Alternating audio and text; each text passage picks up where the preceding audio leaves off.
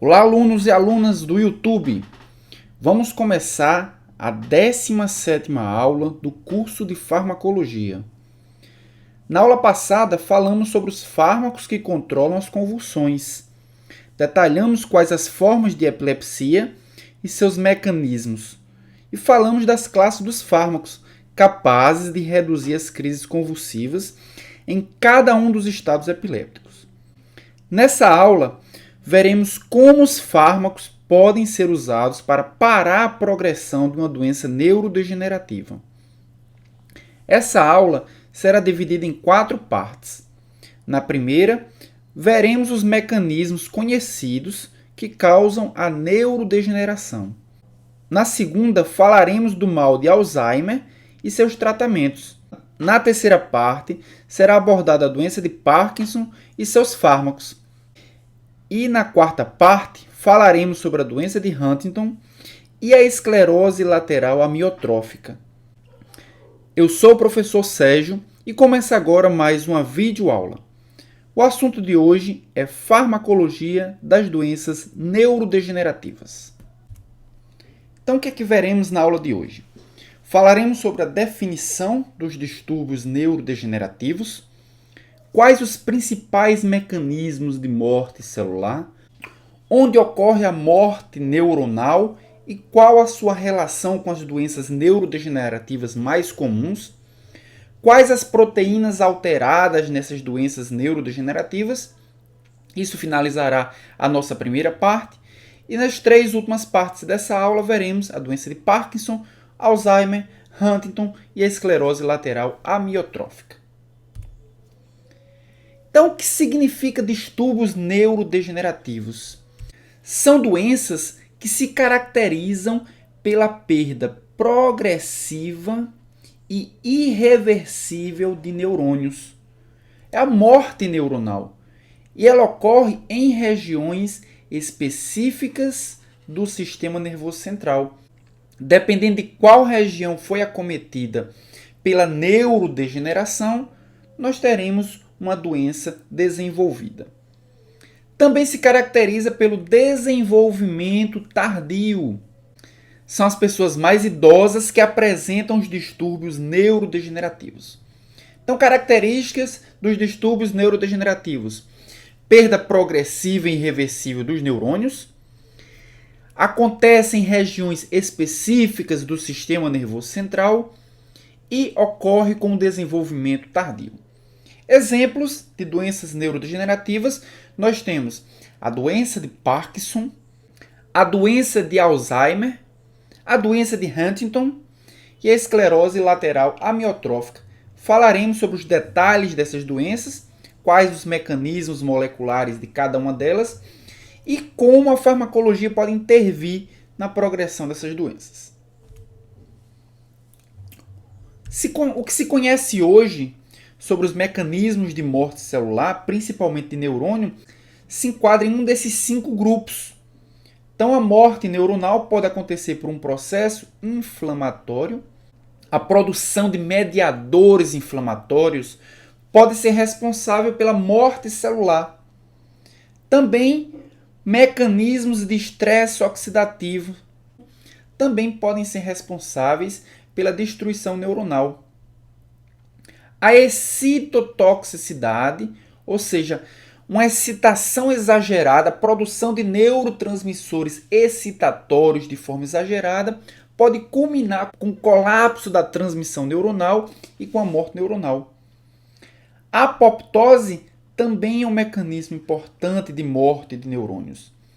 E, finalmente, a isquemia, a ausência ou a diminuição do fluxo sanguíneo, consequentemente, a hipóxia, a redução dos níveis de oxigênio, podem ser responsáveis pela destruição de neurônio. Nessa aula, nós focaremos principalmente nos mecanismos de excitotoxicidade e os mecanismos de estresse oxidativo, que estão envolvidos com a maior parte da destruição neuronal e também se interligam com os outros mecanismos de morte celular. A excitotoxicidade é uma lesão neuronal causada pelo excesso de glutamato que chega ao encéfalo. Então, o excesso de glutamato, que é um neurotransmissor excitatório, causa lesão neuronal. E essa lesão envolve receptores do tipo NMDA, que permite o influxo de cálcio. O aumento do cálcio intracelular está relacionado com o processo de destruição de lesão neuronal. E o aumento ou a estimulação de receptores NMDA por glutamato ocorre principalmente em condições relacionadas com a isquemia cerebral. Então, uma das causas de lesões neuronal é a isquemia cerebral, não só pela falta de oxigênio, mas também pelo aumento da estimulação neuronal produzida pelo glutamato. Então, o glutamato se liga em seus receptores NMDA, provoca o aumento do cálcio intracelular e esse cálcio intracelular produz, por exemplo, a ativação de proteases. Proteases essas que estão envolvidas com o processo de apoptose. Então, nós temos uma inter-relação entre o aumento do glutamato e o aumento da morte celular programada através dos mecanismos apoptóticos. Também o aumento do cálcio intracelular produz aumento dos radicais livres. Portanto, a excitotoxicidade também está relacionada com o estresse oxidativo. E, finalmente, o aumento do cálcio intracelular também produz peroxidação lipídica, também resultado do estresse oxidativo. Peroxidação lipídica resulta em destruição celular, destruição neuronal. Então, o aumento do glutamato produz ativação de receptores do tipo NMDA. Esses receptores, que são ionotrópicos ativados, permitem o aumento do cálcio intracelular, aumentam o influxo de cálcio no neurônio.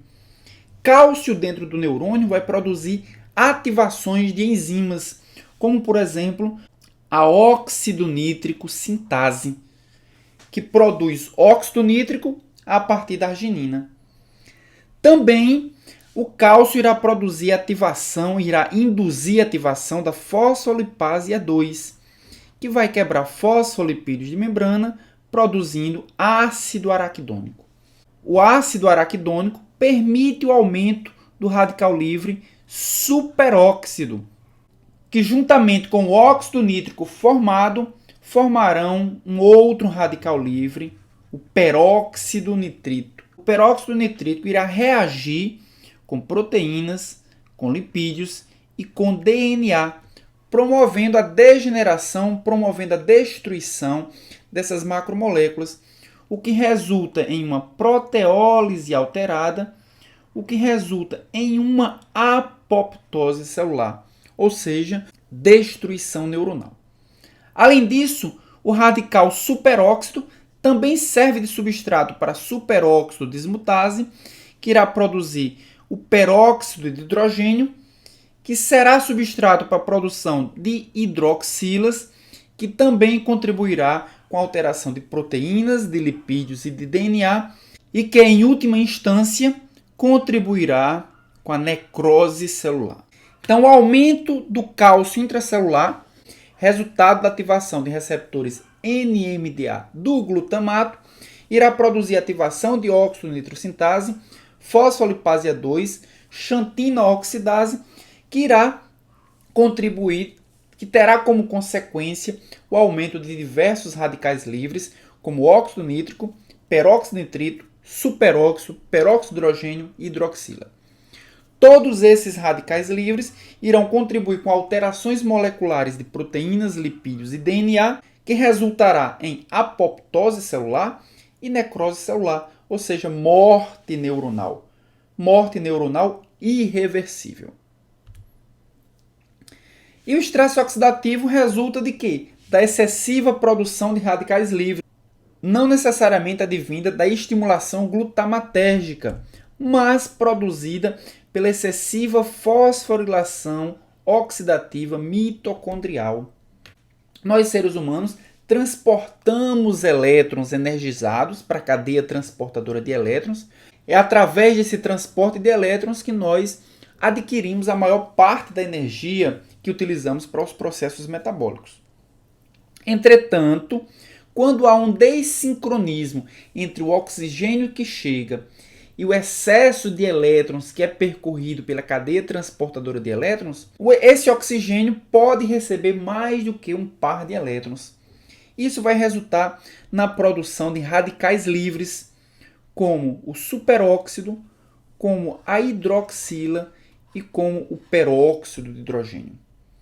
Esses radicais livres, que são originados do oxigênio, do óxido nítrico e do peróxido nitrito, como a gente viu no slide anterior, podem causar dano no DNA, nas proteínas e também nos lipídios, produzindo alterações celulares e enzimáticas, o que vai resultar na degradação ou na degeneração celular de neurônios. Aqui nós temos um exemplo. O óxido nítrico é um radical livre que vai resultar em outros radicais livres mais reativos, como peróxido nitrito, que vai reagir com diversos outros compostos e produzir a morte celular, a apoptose ou a morte celular programada. Isso também se soma ao resultado do glutamato, que, como nós vimos, promove a entrada de cálcio, e o cálcio vai ativar diversas enzimas, como, por exemplo, a enzima xantina oxidase, que vai transformar ou vai produzir superóxido a partir do oxigênio. Esses neurônios que são lesionados podem acontecer em diversas regiões cerebrais, e dependendo de qual grupo de neurônios foi lesionado, nós teremos o desenvolvimento de uma doença neurodegenerativa.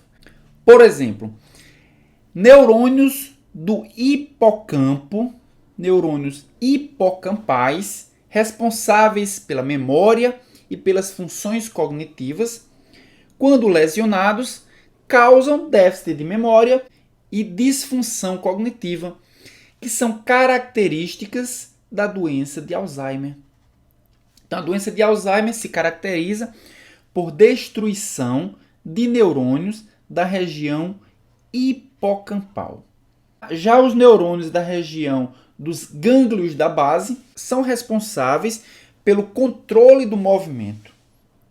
Degeneração dos neurônios do gânglio da base estão associados com a doença de Parkinson e com a doença de Huntington. E neurônios da medula espinhal, quando degenerados, estão relacionados com o controle motor do músculo esquelético. Portanto, e degeneração dos neurônios da medula espinhal estão relacionados com a fraqueza muscular.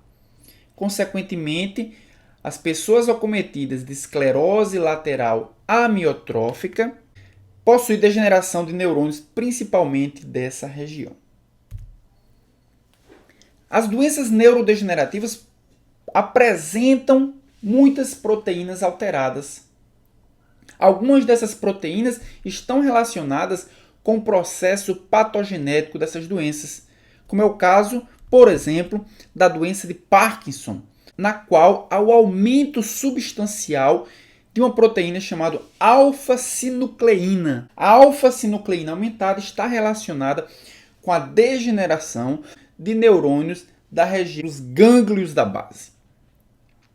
Já o aumento de proteína amiloide beta e de proteína tau está relacionado com a doença de Alzheimer. Então, neurônios da região hipocampal são degenerados porque há o aumento dessas proteínas amiloide beta e tau. Já a doença de Huntington, nós podemos observar um aumento da proteína huntingtina nos neurônios também dos gânglios da base. E na esclerose lateral amiotrófica, nós observamos um aumento da superóxido dismutase e um aumento da proteína TDP-43. Então, muitas dessas proteínas apresentam-se aumentadas e são responsáveis pela degeneração neuronal nas áreas específicas, nos neurônios específicos relacionados com o aparecimento e desenvolvimento dessas doenças neurodegenerativas. Então, chegamos ao fim da nossa primeira parte da aula da farmacologia das doenças neurodegenerativas. Na segunda parte, veremos a doença de Alzheimer, quais são os mecanismos que explicam o desenvolvimento dessa doença neurodegenerativa e como ela pode ser tratada. Até lá!